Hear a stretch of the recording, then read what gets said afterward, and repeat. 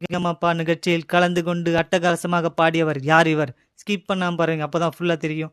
செந்தமிழ் என்றழைக்கப்பட்ட சின்னு கரூர் மாவட்டம் பர்ராமத்தி என்னும் சின்ன கிராமத்தில் பிறந்தார். இவர் முறையாக எந்த ஒரு இசையும் முறையாக கற்கவில்லை. சிறு வயதிலிருந்தே ஆர்வம், விடாமுயற்சி, வெற்றி பெற வேண்டும் என்ற இலக்கை இசை ஆர்வம் இவருக்கு கற்றுத்தந்தது. இவர் மெக்கானிக்கல் இன்ஜினியரிங் முடித்துவிட்டு சிறு வெல்டர் வேலைக்குத்தான் சென்றார். இவருடைய பாடல்கள் எல்லாம் ஹரிஹரனுக்கே டஃப் கொடுக்கும் என்ற அளவிற்கு பாடல்களை high pitch, low pitch and எந்த பிச்சாக இருந்தாலும் நான் பிச்சிடுவேன் என்று பாடல்களை எடுத்து அட்டகாசமாக பாடி வந்தார் இவர். இதனால் இன்ஸ்டாகிராம் அக்கௌண்ட் ஓபன் பண்ணி ரீல்ஸ் போட்டு வந்தார். சில பாடல்கள் வைரலாகிவிட்டன. இதனால் கலர்ஸ் தமிழில் முதலாக கலந்து கொண்டு பாடலை பாடினார். ஆனால் கலர்ஸ் தமிழ் அவர்களுக்கு கை கொடுக்கவில்லை.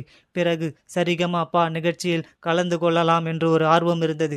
ஆனால் ஒரு நண்பரை அழைத்து சரிகமபாவில் நான் கலந்து கொள்ளலாமா என்று கேட்டபோது அவர் அழைத்து சென்று மேடை ஏற்றி அழகு பார்த்தார். திறமை இருந்தால் வாய்ப்புகள் தேடி வரும் என்பது உண்மை. இவர் சரிகமபா நிகழ்ச்சியில் கலந்து கொண்டு அனைத்துவருக்கும் டஃப் கொடுத்தார். அட்டகாசமாக பாடியுள்ளார். ஃபைனல் வரை வந்து ஃபர்ஸ்ட் பிளேஸ் தட்டி தூக்குவார்னு மக்கள் எதிர்பார்த்த நிலையில் ஆனால் இவர் 3ஆம் இடத்தை பெற்று வெற்றி பெற்றார். 3 லட்சம் மதிப்பு பரிசுகள் மட்டுமே கொடுக்கப்பட்டன.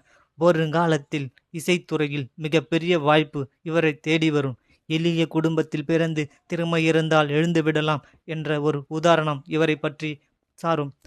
திறமை இருக்கு, சோர்ந்து விடாது, நம்பிக்கை இருக்கு, முயற்சியை விடாது என்ற எடுத்துக்காட்டாக விளங்கிய சின்னு செந்தமிழன் சரிகமபா நிகழ்ச்சியில் 2ஆம் ரன்னர் பரிசை தட்டி தூக்கியுள்ளார்.